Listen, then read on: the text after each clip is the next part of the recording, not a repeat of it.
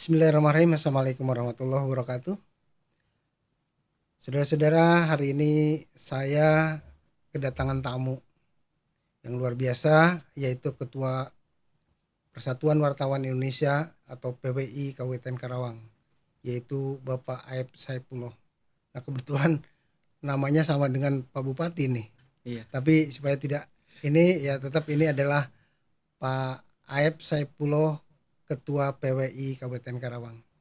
Kita ingin ngobrol-ngobrol bagaimana peranan PWI ini dalam proses pemberitaan dan lain sebagainya, termasuk masalah yang berhubungan dengan organisasinya.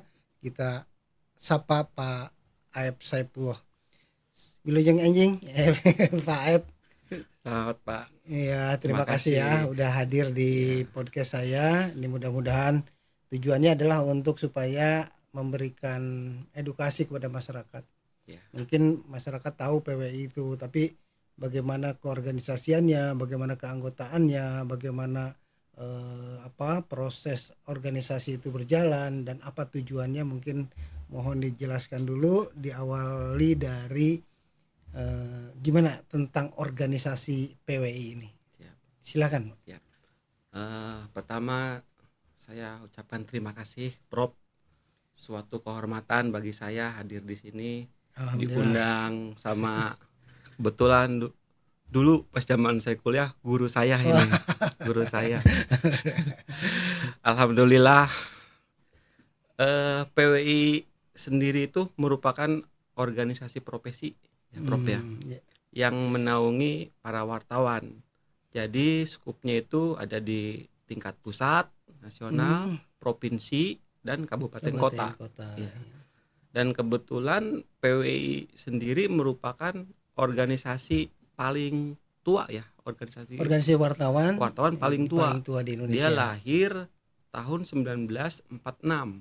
1946, satu Iya, tahun setelah kemerdekaan ya. 1 tahun setelah Luar biasa kemerdekaan. nih. Artinya ya bisa dibilang organisasi wartawan yang paling tua di Indonesia Bisa. ini. Atau kalau begitu ada organisasi wartawan yang lain? Ada, Oke. ada. Ya secara resmi ada banyak sih, ada banyak. Secara resmi yang di bawah naungan Dewan Pers itu ada PWI, pertama Persatuan Wartawan Indonesia, terus ada IJTI, Ikatan Jurnalis TV TV Indonesia, Indonesia. terus ada AJI, Aliansi Jurnalis Indonesia, kemudian ada MSI, Serikat Media Cyber Indonesia. Nah, itu mungkin yang kerap ada di levelan nasional gitu, Oh dari iya tingkat iya. pusat, provinsi sama kabupaten kota gitu. Gitu, Pak. Oke, berarti PWI itu udah jelas paling tua, kemudian ada. Nah, antara PWI dengan organisasi wartawan tadi atau jurnalis tadi, sinergitasnya gimana nih? Ada kesepahaman dan lain Ya. sebagainya. Silakan. Kalau skup saya kan Prof di kabupaten ya, di Kabupaten Karawang. Artinya di Kabupaten Karawang itu hanya ada 3 ya, ada 3 Oh, ada tiga. organisasi yang bisa menyeluruh. AJI sendiri itu hanya nyampe provinsi ya. Oh. Kalau 3 itu PWI, IJTI, sama SMSI. Dan kebetulan komunikasi kami baik gitu, Baik ya. baik Iya, ya. iya, iya. Bagus, bagus. Apalagi mungkin dengan IJTI itu segmentasinya beda. Mereka pewarta televisi gitu kan, Betul. yang secara operasional kerjanya berbeda dengan kita. Kalau di PW itu kan anggotanya itu wartawan dari media cetak, online, terus juga ada dari televisi sebenarnya ada, Prof. Televisi ada. Oh, jadi di bawah PPI Yang di itu, bawah gitu PWI. ya. Gitu. Jadi kemungkinan lebih general lah gitu kalau di PWI. Nah, mengenai wartawan online masih di bawah PWI atau tidak itu? Ini sebenarnya fenomena perubahan karena teknologi Prof gitu. Kalau dulu kan mungkin tidak ada ya, mungkin dari tahun sekitar 2000 ke bawah itu kita belum Iya, ada iya, ya. iya, karena memang belum Belum. menjamur yang Iya, namanya belum media menjamur. online ya, itu. Kemudian setelah tren teknologi berkembang, terus kita ngikutin dan akhirnya gitu. Media online ini yang mungkin kalau saya lihat paling utama sekarang gitu. Ya, Di lebih tengah mengemuka ya, iya, gitu. di tengah keterpurukan media cetak gitu. Nah, menyikapi itu bagaimana PWI sendiri? Artinya kalau PW ini kan organisasi profesi yang emang visinya itu untuk satu meningkatkan kompetensi wartawannya. Oke, kompetensi wartawan. Iya. Artinya dituntut untuk berubah. Artinya perubahan ini kita harus melakukan inovasi-inovasi gitu kan. Seperti mungkin ya bukan hanya kami sih, perusahaan-perusahaan media pun sekarang berinovasi ke digital semuanya. Dan akhirnya mengikuti ke PWI-nya gitu. PWI sendiri mungkin mendorong agar wartawan-wartawan ini juga melek digital, ya kan? Nah, wajib Prof sekarang. Wajib. Dan seterusnya media-media itu sendiri, pengusaha-pengusaha media didorong nggak untuk atau memang dengan sendirinya mereka bertransformasi menjadi media digital? Iya, dengan sendirinya karena tuntutan gitu. Karena tuntutan, mungkin saya contoh pribadi saya seorang wartawan yang mengalami tahapan-tahapan itu. Dari mulai boomingnya media cetak, kemudian boomingnya media online, dan sekarang pun sebenarnya sudah bergeser lagi, Prof. Lebih cenderung compare dengan media sosial sekarang. betul. Karena ini perkembangan ini emang mau nggak mau menjadi tantangan bagi kami gitu. Keniscayaan ya, yang tidak boleh kita menutup mata, kita harus mengikuti semua perkembangan itu. Ya, seperti ada kata pepatah mungkin Prof ya, kalau kita tidak bisa beradaptasi maka kita punah mungkin. Betul. Ya, jadi PWI ini terus terus mengikuti perkembangan yang ada. Wajib. Nah, kan membawahi berapa banyak wartawan di Kabupaten Karawang? Kalau untuk di Karawang kita ada 45 wartawan, 45 media. 45 wartawan, ada sekitar 25 media. Oh, 45 wartawan, 25 media. Ya, itu mayoritas media mainstream dari media nasional, media regional, sama media lokal. Oh, iya. Oke, terus tadi persoalan kompetensi, kan bukan persoalan kompetensi mengikuti perkembangan teknologi saja, tapi mungkin juga harus mengikuti alur atau perkembangan tentang pemberitaan. Ini gimana langkah-langkah yang dilakukan PWI ini? Betul Prof, itu sangat tepat itu pertanyaan itu. Tantangannya seperti ini Dok, ketika teknologi terus berkembang gitu, tapi di sisi lain ruh jurnalistiknya harus kita jaga gitu, marwah jurnalistiknya. Karena kalau sekarang rentan sekali gitu, nggak ada bedanya warga dengan wartawan sekarang. Warga melihat kejadian, dia upload, dia share di medsos gitu. Cara kerjanya mungkin sepintas seperti wartawan gitu. Tapi yang khususnya PWI ya Prof, kita tekankan itu marwah jurnalistiknya, artinya kode etik jurnalistiknya.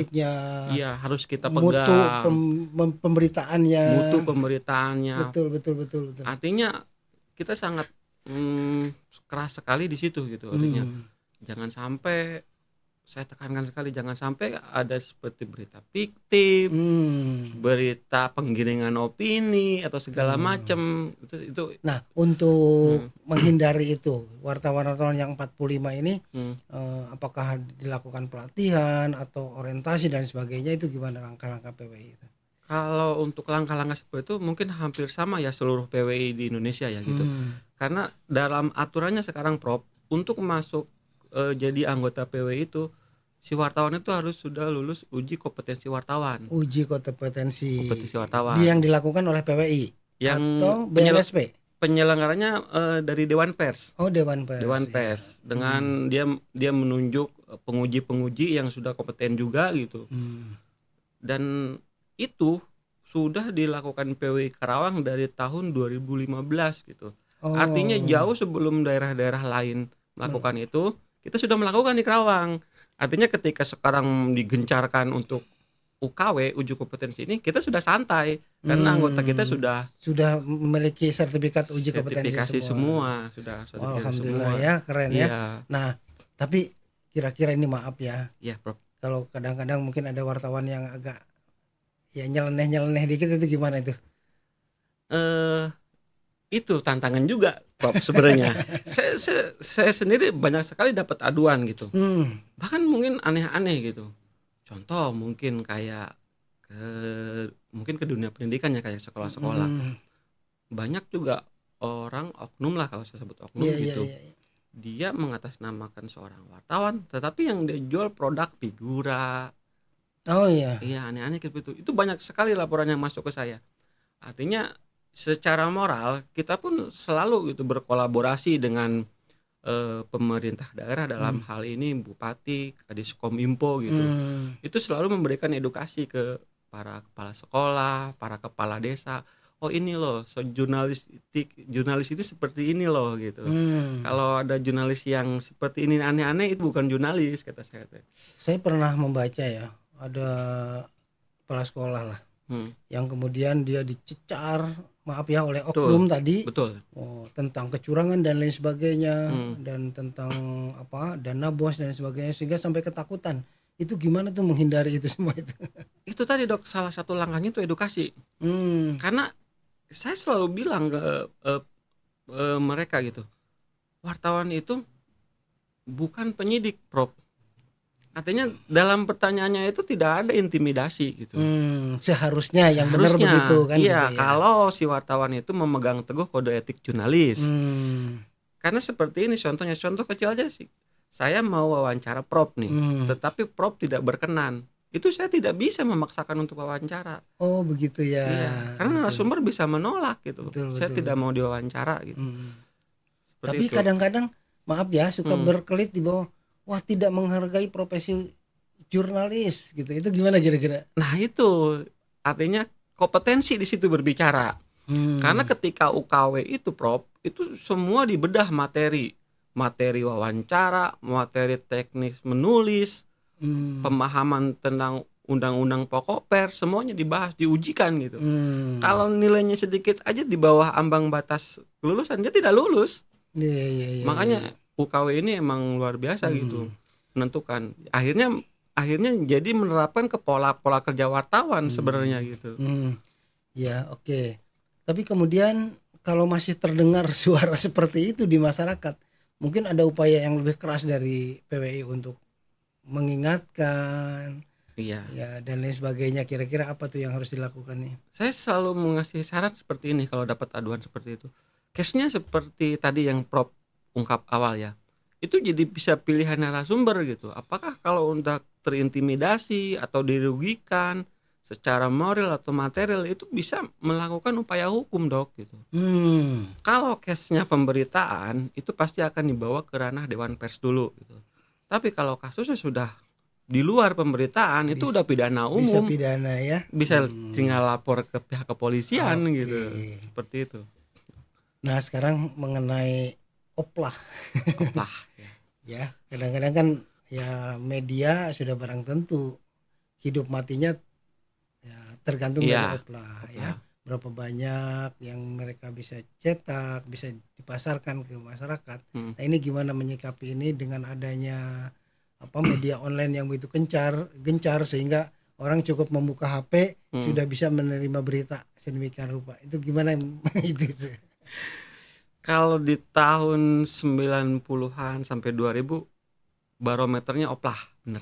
Iya, iya, iya. Tapi sekarang enggak. Oh enggak ya? Enggak Oke, ya. oke. Karena sudah hampir dipastikan gitu. Semua media cetak itu tidak ada yang banyak cetaknya. Media-media besar pun sekarang sudah menutup cetaknya, dia beralih ke fokus ke digital semuanya. Oh, fokus ke digital. Fokus ke Nah, digital. tadi yang 25 media di Karawang ini sudah semuanya memiliki digital atau ada yang kekeh di cetak? Rata-rata dia cetaknya masih ada dan tapi fokusnya sudah ke digital Oh, semuanya. digital. Berapa persen tuh kira-kira digital? 100% semuanya. Semuanya digital semuanya ya. Prof. Oke.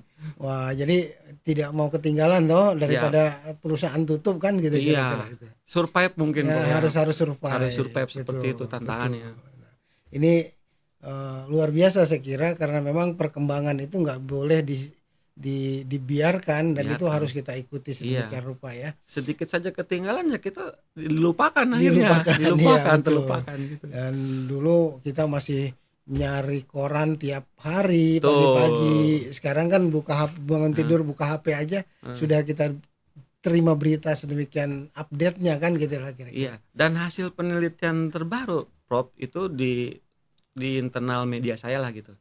Itu ternyata yang menjadi pembaca cetak itu di usia 50 ke Ke sana. atas. Artinya pembaca yang loyalis dulu mungkin ya gitu. Artinya tidak bisa menurunkan ke generasi yang sekarang gitu. Betul. Jadi si oplah itu hanya beredar di pemerintahan dan pembaca loyalis itu gitu. Yang rata-rata usianya di atas Ya itu. kalau milenial udah nggak lagi lah ya. Iya, udah Gitu. bukan jadi Atau target. di kelas menengah ke Betul. atas sudah tidak lagi kali ya Betul. dengan koran-koran atau majalah-majalah itu kan Iya. gitu. Nah, dari 25 media tadi ada yang spesifik nggak, fokus di bidang pendidikan kah, di bidang hukum kah dan sebagainya, kira-kira itu? Kalau untuk itu sebenarnya mah hampir rata-rata umum Ya. Prof. Cuman desk liputannya ada gitu. Oh ya, ada Kayak rubrik-rubrik yang iya, khusus itu ya. makanya di PW itu ada satu media, jadi anggota PW-nya 4 orang gitu. Anggota PW-nya 4 orang, medianya 1 gitu. Karena dia desk liputannya berbeda. Betul. Contoh dia wartawan kriminal, dia hanya fokus di situ gitu, di peristiwa-peristiwa. Terus kalau wartawan ekonomi, dia berhubungannya dengan perbankan dan ekonomi lainnya, dan wartawan pemerintahan gitu, politik segala macam, dia seperti itu. Oke. Nah, sekarang kita cerita respon daripada masyarakat dengan pemberitaan di media itu. Apakah suka merespon atau feedback? Ada saran, ada kritik dan sebagainya dari si pembaca, atau memang ada masukan-masukan? Selama ini ada nggak feedback itu? Seberapa besar itu? Dari pembaca, Dari publik ya? Iya. Ya, kalau di media itu sudah barang tentu ada yang namanya redaksi surat pembaca ya. Karena untuk menangkap itu Prof gitu. Oh begitu ya. Iya. Tapi responnya seberapa besar itu dari masyarakat? Ya sebenarnya sih tidak terlalu, karena mungkin karena cakupannya space-nya speed gitu ya. Artinya mungkin menjadi barometer kecil lah gitu. Karena tren sekarang itu bukan ke media seperti itu Prof.